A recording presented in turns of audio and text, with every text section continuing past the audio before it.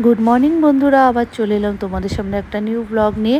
আর আজকে আমরা বেরিয়ে যাচ্ছি কলকাতার উদ্দেশ্যে। কলকাতা থেকে যাব আমরা মন্দারমণি আর দীঘা। তাই ভাবলাম না ব্লগটা তোমাদের সাথে একটু শেয়ার করি। আর শেয়ার করতে তো আমার খুব খুব ভালো লাগে। আর আজকে শিলিগুড়ির ওয়েদারটাও ভালো, কিন্তু গরমও আছে, হালকা হালকা গরমও আছে, কিন্তু ওয়েদারটা একটু ভালো আছে।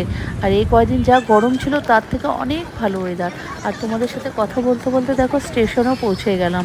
আর আমরা যাচ্ছি 2-3 দিনের ছুটি কাটাতেই যাচ্ছি।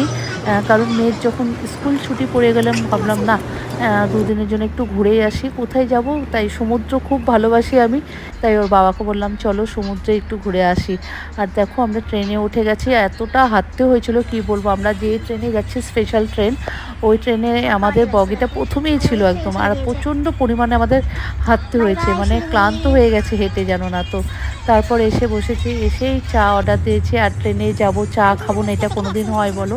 একটুখানি চা বিস্কুট খেয়ে তারপর তোমাদের একটা জিনিস দেখাচ্ছে। দেখো এটা কাঞ্চনজঙ্ঘা এক্সপ্রেস, যেটা অ্যাক্সিডেন্ট হয়েছিল রিসেন্ট, সেটা পড়ে আছে এখনও। অনেক জিনিসপত্র দেখলাম চারিদিকে ছড়িয়ে ছিটিয়ে আছে, তোমরা একটু ভালোভাবে খেয়াল করে দেখতে পারবে। অনেক কিছু জিনিস এখনও পড়ে আছে। এগুলো দেখে আমার মেয়ে প্রচণ্ড পরিমাণে ভয় পেয়ে গেছে। কারণ আমরাও ট্রেনে যাচ্ছি, ও বারবার জিজ্ঞেস করছে মা কী করে অ্যাক্সিডেন্ট হয়েছে, কিভাবে হলো। ও খুব ভয় পেয়ে গেছে। কিন্তু স্বাভাবিক, জানো আমিও প্রচণ্ড পরিমাণে ভয় পেয়েছিলাম, কারণ রিসেন্ট অ্যাক্সিডেন্টটা হয়েছে।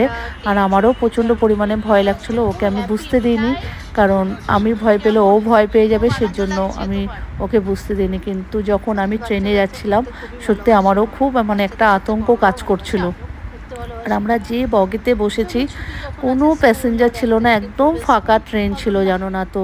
যারা জল সার্ভ করতে এসেছিলো তারাই বললো যে কাঞ্চনজঙ্ঘা এক্সপ্রেস যখন অ্যাক্সিডেন্ট হয়েছে তারপর থেকে একটু মানে প্যাসেঞ্জার কমে গেছে ট্রেনে। মানে সবাই দেখো ভয় পায় বলো, ভয় আতঙ্ক কাজ সবারই করে। আর সবাই দেখো আনন্দ ফুর্তি করতে ভালোবাসে যায়।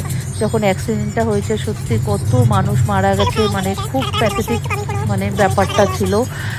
সব কিছু ভুলে গিয়ে মেয়েকে আর বুঝতে দিই নাই, আনন্দ করতে করতেই গেলাম। ঝালমুড়ি কারা কারা খেতে ভালোবাসো ট্রেনে প্লিজ একটু কমেন্ট করে জানাবে। ঝালমুড়ি খেলাম। আর তোমাদের সাথে কথা বলতে বলতে দেখো আমাদের দুপুরে লাঞ্চটাও হয়ে গেল। দুপুরে লাঞ্চ করে এখন রিল্যাক্সভাবে বসে সবাই মোবাইল দেখছে। আর এটা দেখো ফারাক্কা ব্রিজ। ছোটোবেলায় সত্যি কথা ফারাক্কা ব্রিজ দেখলে যেন একটা কথা মনে পড়ে। ছোটোবেলায় যখন বাবার সাথে আমরা আমার বাবার বাড়ি হচ্ছে নৈহাটি, যখন বাবার সাথে কলকাতায় আসতাম, নৈহাটি যেতাম, তখন ফারাক্কা ব্রিজটা দেখার জন্য খুব উৎসাহ হতাম। আর সবসময় বলতাম বাবা একটু জানলার ধারে বসতে দাও, একটু ফারাক্কা ব্রিজটা দেখবো। সত্যি মিস করে এই জিনিসগুলো এখন। এই ফারাক্কা ব্রিজটা যখন গেল তখন ছোটোবেলার স্মৃতিটা ফিরে পেলাম।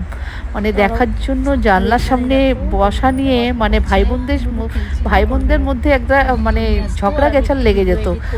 আমি বলতাম আমি বসবো, ভাই বলতো আমি বসবো, এরকম একটা ব্যাপার হয়ে যেত, জানো না তো। দিতে পারবো না, তাই ভাবলাম না এখানে যখন বসে আছি একটু ভিডিও এডিট করে দিই।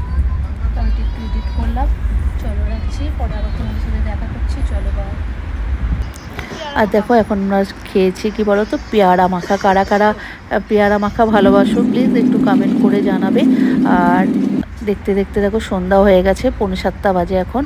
আর এখন আমার মেয়ে খাচ্ছে ঘুগনি, নিয়েছে পাঁপড় ভাজা। মানে জুত করে খেতে মানে এত ভালোবাসে কি বলবো। প্রচণ্ড মানে খাদ্য রসিক কাকে বলে, ও খাদ্য রসিক একদম। প্রচণ্ড খেতে ভালোবাসে ও। এখন ঘুগনি আর পাঁপড় নিয়ে বসে গেছে, আর সাথে মাজা আছে, বসে বসে এই এনজয় করছে আর খাচ্ছে। আর সত্যি এতটা মানে জার্নি ভালো লাগে না গো। আর ফাঁকা তো, লোকজন থাকলে দেখবে টাইম পাস হয়ে যায়। আর নিজেরা 3টা মানুষই তোমরা দেখতে পারবে। আর পিছন দিকেও ছিল 3-4 জন, মানে পুরো বগিটাই ফাঁকা ছিল, বেশি লোক প্যাসেঞ্জার ছিল না।